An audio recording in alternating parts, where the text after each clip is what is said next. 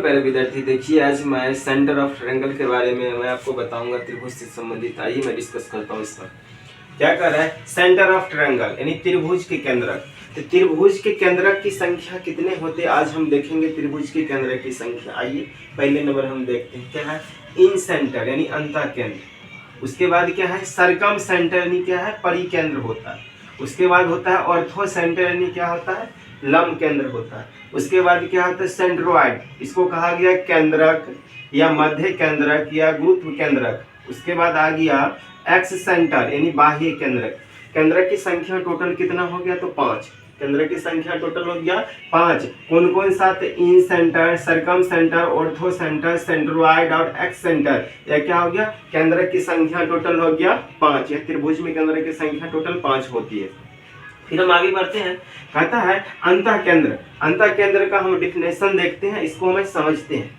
अंतः केंद्र यानी क्या होता है, इन सेंटर। कहता है किसी भी त्रिभुज के तीनों भुजा, कहता है किसी भी त्रिभुज के तीनों अंतः कोण, तीनों भुजा नहीं, कहता है किसी भी त्रिभुज के तीनों अंतः कोण के समद्विभाजक जिस बिंदु पर मिलती है उसे क्या कहते हैं, अंतः केंद्र कहते हैं। त्रिभुज के 3 कोण होता है, उस कोण के तीनों कोण का समद्विभाजित, यहाँ पर देखिए ए कोण है, यहाँ पर क्या है बी कोण है, यहाँ क्या है वो सी कोण हुआ। जिस बिंदु पर कोण समद्विभाजक मिलता है उसको क्या कहा गया, इन सेंटर। क्या कहा गया, इन सेंटर यानी अंतः केंद्र कहा गया। देखिए कोण ए का समद्विभाजक, फिर कोण बी का समद्विभाजक, कोण सी का समद्विभाजक कहां पर जाकर मिल रहा है, एक बिंदु है आई, वहां पर मिल रहा है। इसी को क्या कहा गया, इन सेंटर यानी अंतः केंद्र कहा गया।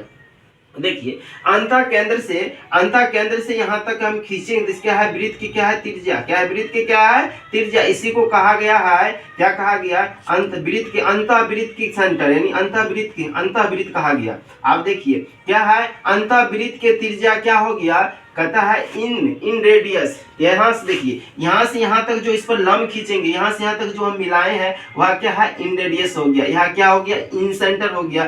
देखिए यहाँ जो वृत्त होगा, इसके अंदर जो वृत्त खींचेंगे, देखिए ई पर, एफ पर और डी से एक वृत्त निकल रहा है, इस वृत्त को क्या कहा गया, इस वृत्त को कहा गया है अंतःवृत्त। त्रिभुज के अंदर जो वृत्त बनेगा उसको क्या कहा गया, अंतःवृत्त।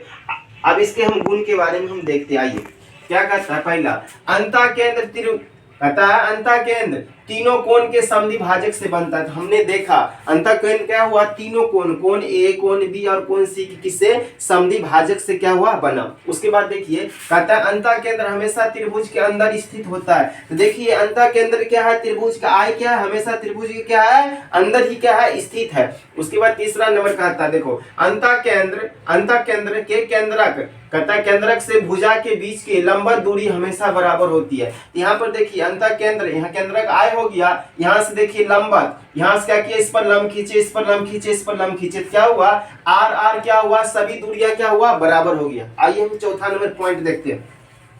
तो क्या होता है, अगर एक त्रिभुज है, इसके दो कोण के समद्विभाजक कहां पर मिल रहा है, इन सेंटर पर मिलेगा। तो पूछेगा कोण BOC का मान, BIC का मान पूछेगा। तो क्या होगा, 90 प्लस शीर्ष कोण का क्या हो जाएगा, आधा। फिर देखिए आगे, अगर हमसे यहाँ पूछ दिया जाए, अगर तीनों कोण के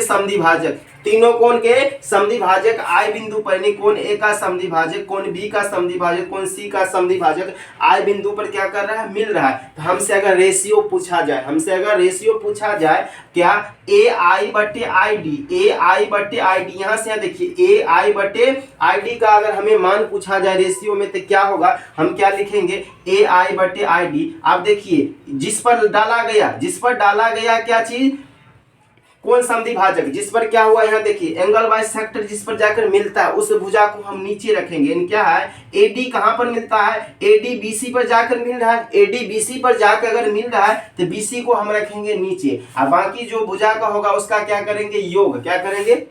यहाँ देखिए AD मिला BC पर, हम क्या लिखे, पहले देखिए रेशियो लिखते हैं, AI/ID हमने लिख दिया, AI/ID। उसके बाद देखिए AB प्लस AC, किस भुजा पर AD मिल रहा है, तो BC को हम नीचे में रख दिया। इसका रेशियो इस प्रकार आएगा।